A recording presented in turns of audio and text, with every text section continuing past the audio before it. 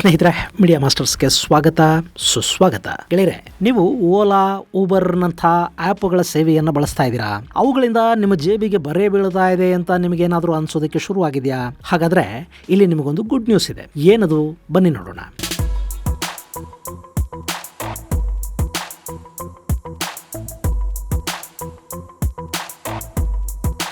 ಸ್ನೇಹಿತರೆ, 10 ವರ್ಷಗಳ ಹಿಂದಿನ ಮಾತು.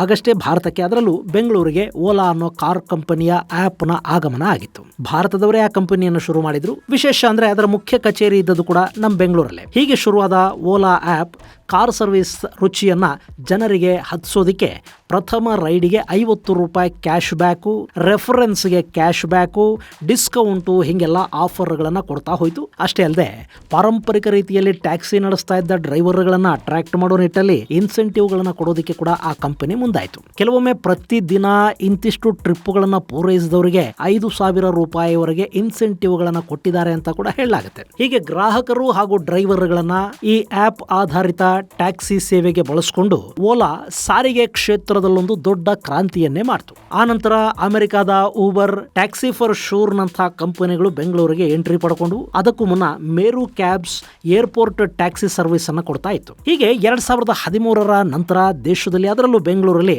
ಆ್ಯಪ್ ಆಧಾರಿತ ಟ್ಯಾಕ್ಸಿಗಳ ಅಬ್ಬರ ಹೆಚ್ಚಾಗ್ತಲೇ ಹೋಯಿತು. ಅಲ್ಲಿ ಡ್ರೈವರ್ಗಳನ್ನ, ಗ್ರಾಹಕರನ್ನ ಸೆಳೆಯೋದಕ್ಕೆ ಕಂಪನಿಗಳು ಚಿತ್ರ ವಿಚಿತ್ರವಾದ ಪ್ಲಾನ್ಗಳನ್ನು ಮಾಡಿದ್ವು, ವಿಶೇಷವಾದ ಆಫರ್ಗಳನ್ನು ಕೊಟ್ಟವು. ಒಂದೇ ಡೆಸ್ಟಿನೇಷನ್ ನಿಂದ ಮತ್ತೊಂದು ಡೆಸ್ಟಿನೇಷನ್ಗೆ ಬೇರೆ ಬೇರೆ ಕಂಪನಿಗಳು ಬೇರೆ ಬೇರೆ ದರಗಳನ್ನು ಕೂಡ ನಿಗದಿ ಮಾಡಿದ್ವು. ಗ್ರಾಹಕ ತನಗೆ ಯಾವುದು ಬೇಕೋ ಅದನ್ನ ಆಯ್ಕೆ ಮಾಡ್ಕೊಳ್ಳೋದಕ್ಕೆ ಶುರು ಮಾಡ್ದ. ಆ ಬಳಿಕ ಈ ಆ್ಯಪ್ ಆಧಾರಿತ ಸೇವೆಗಳಿಗೆ ಆಟೋಗಳ ಸೇರ್ಪಡೆ ಆಯಿತು. ಈಗಂತೂ ಬೈಕ್ ಸರ್ವಿಸ್ ಅನ್ನು ಕೂಡ ಅವು ಕೊಡ್ತಾ ಇವೆ. ಇದಾದ ನಂತರ ದಿನದ ಬಾಡಿಗೆ, ಔಟ್ ಸ್ಟೇಷನ್, ರೆಂಟಲ್ಸ್ ಅಂತೆಲ್ಲ ಮಾಡೋದರ ಮೂಲಕ ಈ ಕಂಪನಿಗಳಲ್ಲಿ ಏಕಸ್ವಾಮ್ಯವನ್ನ ಸೃಷ್ಟಿ ಮಾಡೋದಕ್ಕೆ ಶುರು ಮಾಡಿದ್ವು. ಅಷ್ಟರಲ್ಲಿ ಈ ಆ್ಯಪ್ ಆಧಾರಿತ ಟ್ಯಾಕ್ಸಿ ವ್ಯವಸ್ಥೆ ಎಷ್ಟು ಬ್ಲೇಡ್ ಹಾಕ್ತಾ ಇದೆ ಅನ್ನೋದು ಜನರಿಗೆ ಕೂಡ ಅರ್ಥವಾಗೋದಕ್ಕೆ ಶುರುವಾಯಿತು. ಬೇರೆ ಬೇರೆ ಸಂದರ್ಭಗಳಲ್ಲಿ, ಬೇರೆ ಬೇರೆ ಸಮಯಗಳಲ್ಲಿ ಒಂದು ಡೆಸ್ಟಿನೇಷನ್ ನಿಂದ ಮತ್ತೊಂದು ಡೆಸ್ಟಿನೇಷನ್ಗೆ ಬೇರೆ ಬೇರೆ ರೀತಿಯ ಟ್ಯಾರಿಫ್ ಗಳನ್ನ ಇವರು ಶುರು ಮಾಡಿದ್ರು.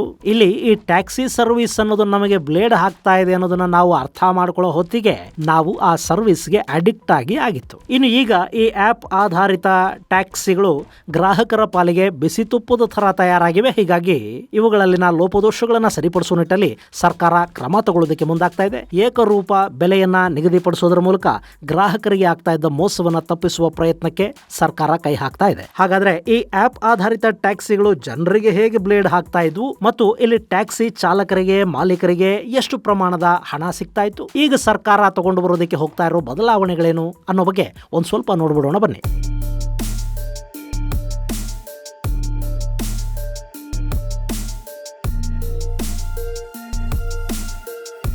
ಗೆಳೆಯರೆ, ನಿಮ್ಮಲ್ಲಿ ಬಹುತೇಕರು ಓಲಾ, ಊಬರ್, ರ್ಯಾಪಿಡೋ ಮುಂತಾದ ಟ್ಯಾಕ್ಸಿ ಸರ್ವಿಸ್ಗಳನ್ನು ಬಳಸ್ತಾ ಇದ್ದೀರಿ ಅಲ್ವಾ? ಈ ಆ್ಯಪ್ಗಳ ಟ್ಯಾಕ್ಸಿ ಬೆಲೆಯಲ್ಲಿ ಏರಿಳಿಕೆಯನ್ನ ಆಗಾಗ ನೀವು ಗಮನಿಸ್ತಲೇ ಇರ್ತೀರಿ. ಈಗ ರಾಜರಾಜೇಶ್ವರಿ ನಗರದಿಂದ ಮೆಜೆಸ್ಟಿಕ್ಗೆ ಹೋಗೋದಕ್ಕೆ ಒಂದೊಂದು ಆ್ಯಪ್ ಸರ್ವಿಸ್ ಕೂಡ ಒಂದೊಂದು ಬೆಲೆಯನ್ನ ನಿಗದಿ ಮಾಡಿರುತ್ತೆ. ಅದರಲ್ಲಿ ಯಾವುದು ಕಡಿಮೆ ಇರುತ್ತೋ ಅದನ್ನ ನೋಡಿಕೊಂಡು ನಾವು ಪ್ರಯಾಣ ಮಾಡ್ತೀವಿ. ಆದ್ರೆ ನಾವು ಯಾರು ಕೂಡ ಯಾಕೆ ಹಿಂಗೆ ಬೇರೆ ಬೇರೆ ಕಂಪನಿಗಳು ಬೇರೆ ಬೇರೆ ದರವನ್ನ ನಿಗದಿಪಡಿಸಿವೆ ಅನ್ನೋದನ್ನ ಯೋಚನೆ ಮಾಡೋದಕ್ಕೆ ಹೋಗೋದಿಲ್ಲ. ಇನ್ನು ಇದು ಇಲ್ಲಿಗೆ ಮುಗಿಯೋದು ಇಲ್ಲ.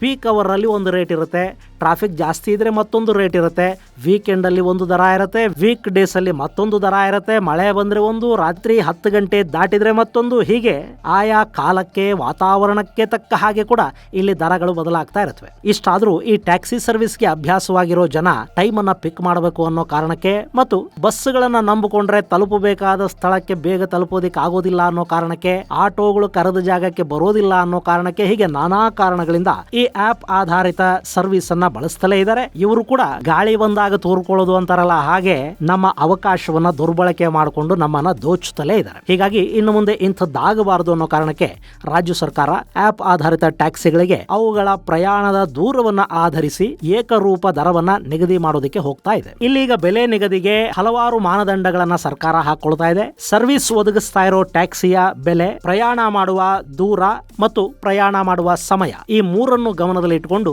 ಬೆಲೆ ನಿಗದಿ ಮಾಡುವ ಕೆಲಸಕ್ಕೆ ಸರ್ಕಾರ ಮುಂದಾಗಿದೆ. 10 ಲಕ್ಷದ ಒಳಗಿನ ವಾಹನಗಳಿಗೆ ಮೊದಲ 4 ಕಿಲೋಮೀಟರ್ಗೆ ಮಿನಿಮಮ್ ಚಾರ್ಜ್ ಆಗಿ 100 ರೂಪಾಯಿಯನ್ನ ನಿಗದಿಪಡಿಸಿದ್ದಾರೆ. ಇಲ್ಲಿ 4 ಕಿಲೋಮೀಟರ್ಗಳ ಒಳಗೆ ಅಂದ್ರೆ 1-2 ಕಿಲೋಮೀಟರ್ ನೀವು ಪ್ರಯಾಣ ಮಾಡಿದ್ರು ಕೂಡ 100 ರೂಪಾಯಿಗಳಷ್ಟು ಮಿನಿಮಮ್ ದರವನ್ನ ಕೊಡಬೇಕಾಗುತ್ತೆ. ಆ ನಂತರ ಅಂದ್ರೆ 4 ಕಿಲೋಮೀಟರ್ಗಳನ್ನ ದಾಟಿದ ನಂತರ ಪ್ರತಿ ಕಿಲೋಮೀಟರ್ಗೆ 24 ರೂಪಾಯಿಗಳನ್ನ ನಿಗದಿಪಡಿಸಲಾಗಿದೆ. ಇನ್ನು 10 ಲಕ್ಷಕ್ಕೂ ಮೇಲ್ಪಟ್ಟು 15 ಲಕ್ಷದ ಒಳಗಿನ ವಾಹನಗಳಿಗೆ ಮಿನಿಮಮ್ 4 ಕಿಲೋಮೀಟರ್ಗಳಿಗೆ 115 ರೂಪಾಯಿಗಳು ಹಾಗೂ ಆ ನಂತರದ ಪ್ರತಿ ಕಿಲೋಮೀಟರ್ಗೆ 28 ರೂಪಾಯಿಯನ್ನ ನಿಗದಿಪಡಿಸಲಾಗಿದೆ. ಇಲ್ಲಿ 10 ಲಕ್ಷದ ಒಳಗಿನ ವಾಹನಗಳು ಅಂದ್ರೆ ಯಾವುವು? ಇಂಡಿಕಾ, ವ್ಯಾಗನರ್, ಡಿಸೈರ್ ಮುಂತಾದ ಸಣ್ಣ ಕಾರುಗಳಿವೆಯಲ್ಲ, ಇವುಗಳಿಗೆ 4 ಕಿಲೋಮೀಟರ್ಗೆ 100 ರೂಪಾಯಿ ಅಂತೆ ಮಿನಿಮಮ್ ದರವನ್ನ ಫಿಕ್ಸ್ ಮಾಡಿದ್ದಾರೆ. ಹಾಗೆ ಇದಕ್ಕಿಂತ ಸ್ವಲ್ಪ ದೊಡ್ಡ ಕಾರುಗಳಿಗೆ 115 ರೂಪಾಯಿಯನ್ನ ಮಿನಿಮಮ್ ಅಂತ, ಹಾಗೆ 4 ಕಿಲೋಮೀಟರ್ಗಳ ನಂತರದ ಪ್ರತಿ ಕಿಲೋಮೀಟರ್ಗೆ 28 ರೂಪಾಯಿಯನ್ನ ನಿಗದಿಪಡಿಸಲಾಗಿದೆ. ಹಾಗೆಯೇ 15 ಲಕ್ಷಕ್ಕೂ ಮೇಲ್ಪಟ್ಟ ವಾಹನಕ್ಕೆ ಮೊದಲ 4 ಕಿಲೋಮೀಟರ್ಗೆ 130 ರೂಪಾಯಿ ಹಾಗೂ ಆ ನಂತರದ ಪ್ರತಿ ಕಿಲೋಮೀಟರ್ಗೆ 32 ರೂಪಾಯಿ ದರವನ್ನು ನಿಗದಿಪಡಿಸಿ ಸಾರಿಗೆ ಇಲಾಖೆ ಆದೇಶವನ್ನು ಹೊರಡಿಸಿದೆ. ಈಗ ಇನ್ನೋವಾದಂತಹ 6 ಸೀಟರ್ 7 ಸೀಟರ್ ಕಾರನ್ನು ನೀವು ಬುಕ್ ಮಾಡಿದ್ರೆ ಅದಕ್ಕೆ ಮಿನಿಮಮ್ 130 ರೂಪಾಯಿ ಕೊಡಬೇಕಾಗುತ್ತೆ ಮತ್ತು 4 ಕಿಲೋಮೀಟರ್ಗಳ ನಂತರದ ಪ್ರತಿ ಕಿಲೋಮೀಟರ್ಗೆ 32 ರೂಪಾಯಿಯನ್ನ ಸರ್ಕಾರ ನಿಗದಿಪಡಿಸಿದೆ. ಈ ಬಗ್ಗೆ ಫೆಬ್ರವರಿ 3ನೇ ತಾರೀಕು ಅಧಿಸೂಚನೆಯನ್ನ ಹೊರಡಿಸಲಾಗಿದೆ. ಇನ್ನು ಮುಂದೆ ಈ ಓಲಾ, ಊಬರ್ನಂತಹ ಆಪ್ ಆಧಾರಿತ ಟ್ಯಾಕ್ಸಿಗಳ ಸೇವೆಗೆ ಹಾಗೂ ಖಾಸಗಿ ಸಂಸ್ಥೆಗಳು, ಖಾಸಗಿ ವ್ಯಕ್ತಿಗಳು ಒದಗಿಸುವ ಟ್ರಾನ್ಸ್ಪೋರ್ಟ್ ಸೇವೆಗೆ ಏಕರೂಪದ ದರ ಇರುತ್ತೆ.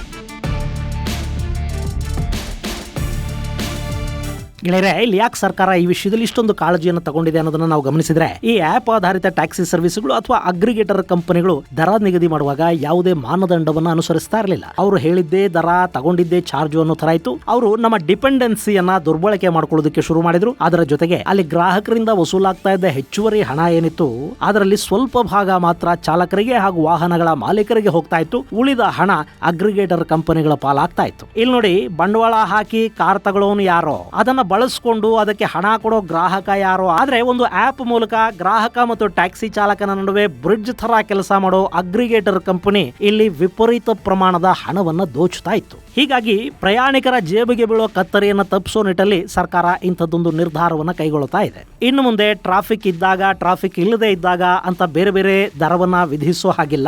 ರಾಜರಾಜೇಶ್ವರಿ ನಗರದಿಂದ ಬೆಂಗಳೂರಿನ ಏರ್ಪೋರ್ಟ್ಗೆ ಹೋಗೋದಕ್ಕೆ ನೀವು ಯಾವ ಸಮಯದಲ್ಲೇ ಹೋದರೂ ಕೂಡ ನೀವು ಹೊರಡುವ ಸ್ಥಳದಿಂದ ತಲುಪಬೇಕಾದ ಸ್ಥಳಕ್ಕೆ ಎಷ್ಟು ಕಿಲೋಮೀಟರ್ ಪ್ರಯಾಣ ಮಾಡ್ತೀರಿ ಅಷ್ಟು ಕಿಲೋಮೀಟರ್ಗೆ ಮಾತ್ರ ನೀವು ಹಣವನ್ನ ಪಾವತಿಸಬೇಕಾಗುತ್ತೆ. ಟ್ರಾಫಿಕ್ ಜಾಸ್ತಿ ಇದೆ, ಮತ್ತೊಂದಿದೆ ಅನ್ನೋ ಕಾರಣಕ್ಕೆ ಎಷ್ಟು ಹೊತ್ತು ನೀವು ಕಾರಲ್ಲಿ ಕೂತಿದ್ರಿ ಆ ಸಮಯದ ಆಧಾರದ ಮೇಲೆ ನಿಮ್ಮಿಂದ ಹಣ ಪೀಕೋದಿಕ್ಕಿನ್ನೂ ಸಾಧ್ಯ ಆಗೋದಿಲ್ಲ. ಆದ್ರೆ ರಾತ್ರಿ 10 ಗಂಟೆಯ ನಂತರ ಬೆಳಗಿನ ಜಾವ 6 ಗಂಟೆಯವರೆಗೆ 10% ಹೆಚ್ಚಿಗೆ ಕೊಡಬೇಕಾಗುತ್ತೆ. ಇನ್ನು 120 kgಯವರೆಗೆ ಲಗೇಜ್ ತಗೊಂಡು ಹೋಗೋದಕ್ಕೆ ಯಾವುದೇ ದರ ಕೊಡಬೇಕಾದ ಅಗತ್ಯ ಇಲ್ಲ. ಆದ್ರೆ ಆ ನಂತರ ಪ್ರತಿ 30 kgಗೆ 7 ರೂಪಾಯಿಗಳಷ್ಟು ಹಣವನ್ನು ಕೊಡಬೇಕಾಗುತ್ತೆ. ಇಲ್ಲಿ 120 kgಗಿಂತಲೂ ಹೆಚ್ಚಿನ ಲಗೇಜ್ ಅನ್ನು ಬಹುಶಃ ಕಾರುಗಳಲ್ಲಿ ಸಾಮಾನ್ಯವಾಗಿ ಯಾರು ತಗೊಂಡು ಹೋಗುದಿಲ್ಲ. ಯಾರಾದ್ರೂ ವಿದೇಶಗಳಿಗೆ ಪ್ರಯಾಣ ಮಾಡುವ ಸಂದರ್ಭದಲ್ಲಿ ಬಹುಶಃ ಇಷ್ಟು ಲಗೇಜ್ ಅನ್ನು ತಗೊಂಡು ಹೋಗ್ತಾರೇನೋ. ಅದು ಬಿಟ್ರೆ ಉಳಿದಂತೆ 120 kgಯಷ್ಟು ಲಗೇಜ್ ಅನ್ನ ತಗೊಂಡು ಹೋಗೋದು ತುಂಬಾ ಕಡಿಮೆ. ಇನ್ನು ಈ ಕಾರುಗಳನ್ನ ನಾವು ಕರೆಸ್ಕೊಂಡು ಮನೆ ಮುಂದೆ ವೆಯ್ಟ್ ಮಾಡಿಸ್ತೀವಲ್ವಾ, ಹೀಗೆ ಕಾಯೋದಿಕ್ಕೆ ಮೊದಲ 5 ನಿಮಿಷ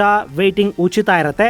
ಆ ನಂತರ ಪ್ರತಿ ನಿಮಿಷಕ್ಕೆ 1 ರೂಪಾಯಿಯನ್ನ ನಿಗದಿಪಡಿಸಲಾಗಿದೆ. ಹೀಗಾಗಿ ಇನ್ನು ಮುಂದೆ ಎಲ್ಲ ಆಪ್ ಆಧಾರಿತ ಟ್ಯಾಕ್ಸಿಗಳಲ್ಲಿ ಎಲ್ಲ ಸಮಯಗಳಲ್ಲಿ ಆಲ್ ವೆದರ್ಸ್ ಅಲ್ಲಿ ಒಂದೇ ರೀತಿಯ ದರವನ್ನ ನಾವು ನೋಡೋದಕ್ಕೆ ಸಾಧ್ಯ ಆಗುತ್ತೆ. ಗೆಳೆಯರೆ, ಇವತ್ತು ಈ ಓಲಾ, ಊಬರ್ ನಂತಹ ಕಂಪನಿಗಳು ಭಾರತದ 2 ಟೈರ್ ಸಿಟಿಗಳಲ್ಲಿ ಕೂಡ ಕಾಣಿಸ್ಕೊಳ್ತಾ ಇವೆ. ನಾವು ಮೈಸೂರಿಗೆ ಹೋದ್ರೆ ಅಲ್ಲೂ ಟ್ಯಾಕ್ಸಿ ಸರ್ವಿಸ್ ಇದೆ, ಮಂಗಳೂರಿಗೆ ಹೋದ್ರೂ ಕೂಡ ಈ ಟ್ಯಾಕ್ಸಿ ಸರ್ವಿಸ್ ಸಿಗ್ತಾ ಇದೆ. ಹೀಗಿರುವಾಗ ಈ ಕಂಪನಿಗಳು ಗ್ರಾಹಕರನ್ನು ಸುಲಿಯೋದಕ್ಕೆ ನಿಂತರೆ ಗ್ರಾಹಕರ ಜೇಬುಗಳಿಗೆ ವಿಪರೀತ ಪ್ರಮಾಣದಲ್ಲಿ ಕತ್ತರಿ ಬೀಳುತ್ತೆ. ಹೀಗಾಗಿ ಸಾರಿಗೆ ಇಲಾಖೆಯ ನಿರ್ಧಾರದಿಂದ ಸಾಕಷ್ಟು ಜನಕ್ಕೆ ಅನುಕೂಲ ಕೂಡ ಆಗ್ತಾ ಇದೆ. ಇನ್ನು ಇದರಿಂದ ಚಾಲಕರಿಗೆ ಏನಾದ್ರೂ ಅನುಕೂಲ ಆಗುತ್ತಾ?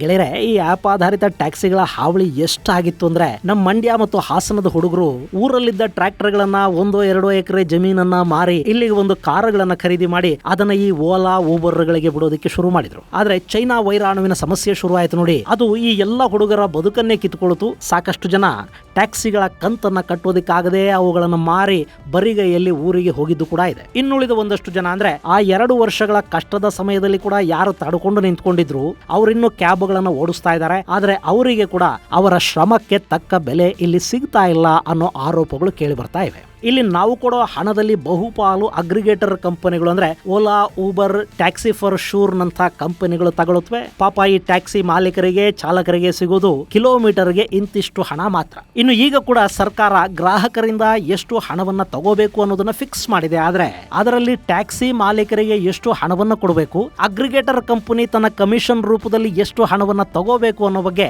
ಸರ್ಕಾರ ಏನನ್ನು ಖಚಿತವಾಗಿ ಹೇಳ್ತಾ ಇಲ್ಲ. ಸೊ ಹೀಗಾಗಿ ಇನ್ನು ಮುಂದೆ ಕೂಡ ಇಲ್ಲಿ ಪಾಪ ಈ ಟ್ಯಾಕ್ಸಿ ಡ್ರೈವರ್ಗಳ ಶೋಷಣೆ ಹೀಗೆ ಮುಂದುವರಿಯೋದಿಲ್ಲ ಅಂತ ಹೇಳೋದಿಕ್ಕೇನು ಬರೋದಿಲ್ಲ.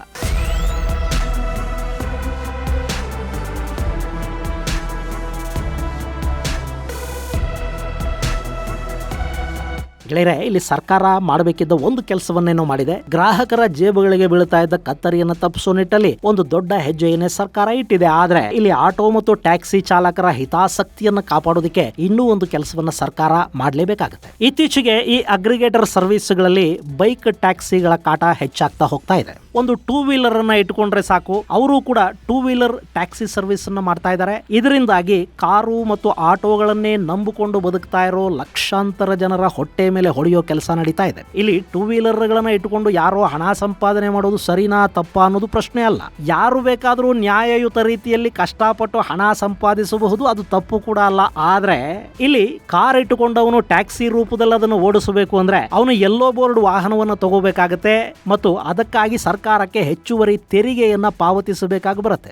ಆಟೋ ಚಾಲಕರು, ಕ್ಯಾಬ್ ಚಾಲಕರು ತಮ್ಮ ವಾಹನಗಳಿಗೆ ಹೆಚ್ಚುವರಿ ತೆರಿಗೆಯನ್ನ ಪಾವತಿಸಿ ಅದರ ನಂತರ ಕೂಡ ತಾವು ಕಷ್ಟಪಟ್ಟು ಹಣವನ್ನು ದುಡ್ಕೋತಾ ಇರ್ತಾರೆ. ಇಂಥ ಸಂದರ್ಭದಲ್ಲಿ ಯಾರೋ ಒಂದು ಟೂ ವೀಲರ್ ತಗೊಂಡು ಬಂದು ಅದನ್ನ ಟ್ಯಾಕ್ಸಿ ಸರ್ವಿಸ್ಗೆ ಬಳಸ್ತಾ ಹೋದ್ರೆ ನಾವು ಗ್ರಾಹಕರು ಏನು ಮಾಡ್ತೀವಿ, ನಮಗೆ ಯಾವುದು ಕಡಿಮೆ ಬೆಲೆಗೆ ಸಿಗುತ್ತೋ ಅದನ್ನ ಬಳಸ್ಕೊಳ್ಳೋದಕ್ಕೆ ಶುರು ಮಾಡ್ತೀವಿ. ಇಂಥ ಸಂದರ್ಭಗಳಲ್ಲಿ ತೆರಿಗೆ ಕಟ್ಟಿ ವಾಹನಗಳನ್ನು ತಗೊಂಡು ಗ್ರಾಹಕರ ಸೇವೆಗಾಗಿ ನಿಂತುಕೊಂಡಂತಹ ಟ್ಯಾಕ್ಸಿ ಮತ್ತು ಆಟೋ ಚಾಲಕರ ಹೊಟ್ಟೆ ಮೇಲೆ ಹೊಡೆದ ಹಾಗಾಗುತ್ತೆ. ಇಲ್ಲಿ ಟೂ ವೀಲರ್ ಗಳನ್ನ ಟ್ಯಾಕ್ಸಿ ಸರ್ವಿಸ್ಗೆ ಬಳಸಬೇಡಿ ಅಂತ ಹೇಳ್ತಾ ಇಲ್ಲ. ಯಾಕೆಂದ್ರೆ ಬೆಂಗಳೂರಲ್ಲಿ ಹೆಚ್ಚಾಗ್ತಾ ಇರೋ ಟ್ರಾಫಿಕ್ ಅಲ್ಲಿ ಹೆಚ್ಚು ಕಾರುಗಳಿಗಿಂತಲೂ ಟೂ ವೀಲರ್ ಗಳನ್ನ ಬಳಸಿದ್ರೆ ತಪ್ಪೇನಿಲ್ಲ. ಆದ್ರೆ ಹೀಗೆ ಟ್ಯಾಕ್ಸಿ ಸರ್ವಿಸ್ಗೆ ಬಳಕೆಯಾಗುವ ಟೂ ವೀಲರ್ ಗಳೇನಿವೆ ಅವು ಕೂಡ ಕಾನೂನುಬದ್ಧಗೊಳ್ಳಬೇಕು. ಅಂದ್ರೆ ಅವು ಕೂಡ ಎಲ್ಲೋ ಬೋರ್ಡ್ ಆಗಬೇಕು ಮತ್ತು ಇಂಥ ಸರ್ವಿಸ್ಗೆ ಬಳಕೆಯಾದ್ರೆ ಅದಕ್ಕೆ ಹೆಚ್ಚುವರಿ ತೆರಿಗೆಯನ್ನ ಕಟ್ಟುವ ವ್ಯವಸ್ಥೆ ಜಾರಿಗೆ ಬರಬೇಕು. ಹಾಗಾದಾಗ ಮಾತ್ರ ತೆರಿಗೆಯನ್ನ ಕಟ್ಟಿ ದುಡುಕೊಳ್ಳೋ ವರ್ಗ ಇದೆಯಲ್ಲ ಅವರ ಹಿತಾಸಕ್ತಿಗಳನ್ನ ಕಾಪಾಡೋದಕ್ಕೆ ಸಾಧ್ಯ ಆಗುತ್ತೆ. ಇನ್ನು ಈಗ ಸರ್ಕಾರ ನಿಗದಿಪಡಿಸಿರುವ ಈ ಬೆಲೆ ನೀತಿ ಏನಿದೆ ಇದರಲ್ಲಿ ಕೂಡ ಟೂ ವೀಲರ್ ಗಳನ್ನ ಸೇರಿಸಿಲ್ಲ. ಅಂದ್ರೆ ಟೂ ವೀಲರ್ ಟ್ಯಾಕ್ಸಿ ಸರ್ವಿಸ್ಗೆ ಸರ್ಕಾರ ಅಧಿಕೃತವಾಗಿ ಮಾನ್ಯತೆಯನ್ನ ಕೊಟ್ಟಿಲ್ಲ ಅನ್ನೋದನ್ನ ಇದು ತೋರಿಸ್ತಾ ಇದೆ. ಇಷ್ಟಾದ ಮೇಲೆ ಅನಧಿಕೃತವಾಗಿ ಆ ಸರ್ವಿಸ್ ಮುಂದುವರಿಯೋದಕ್ಕೆ ಸರ್ಕಾರ ಯಾಕೆ ಬಿಡ್ತಾ ಇದೆ? ಸಾರಿಗೆ ಸಚಿವರು ಈ ಬಗ್ಗೆ ಕೂಡ ಒಂದು ಸ್ವಲ್ಪ ಯೋಚನೆ ಮಾಡಬೇಕು. ಇದು ಗೆಳೆಯರೆ, ಜನರ ಜೇಬಿಗೆ ಬೀಳ್ತಾ ಇದ್ದ ಕತ್ತರಿಯನ್ನ ಕಡಿಮೆ ಮಾಡೋ ನಿಟ್ಟಲ್ಲಿ ಸರ್ಕಾರ ಓಲಾ, ಊಬರ್ ನಂತ ಆಪ್ ಆಧಾರಿತ ಸರ್ವಿಸ್ ಏನಿದೆ ಅದಕ್ಕೆ ನಿಗದಿಪಡಿಸಿರುವ ಬೆಲೆಯ ಕುರಿತಾದ ಒಂದಷ್ಟು ಮಾಹಿತಿ ಮುಂದಿನ ಸಂಚಿಕೆಯಲ್ಲಿ ಮತ್ತಷ್ಟು ವಿಶೇಷಗಳ ಜೊತೆ ಮತ್ತೆ ಭೇಟಿಯಾಗೋಣ. ಅಲ್ಲಿವರೆಗೆ ಜೈ ಹಿಂದ್, ಜೈ ಕರ್ನಾಟಕ.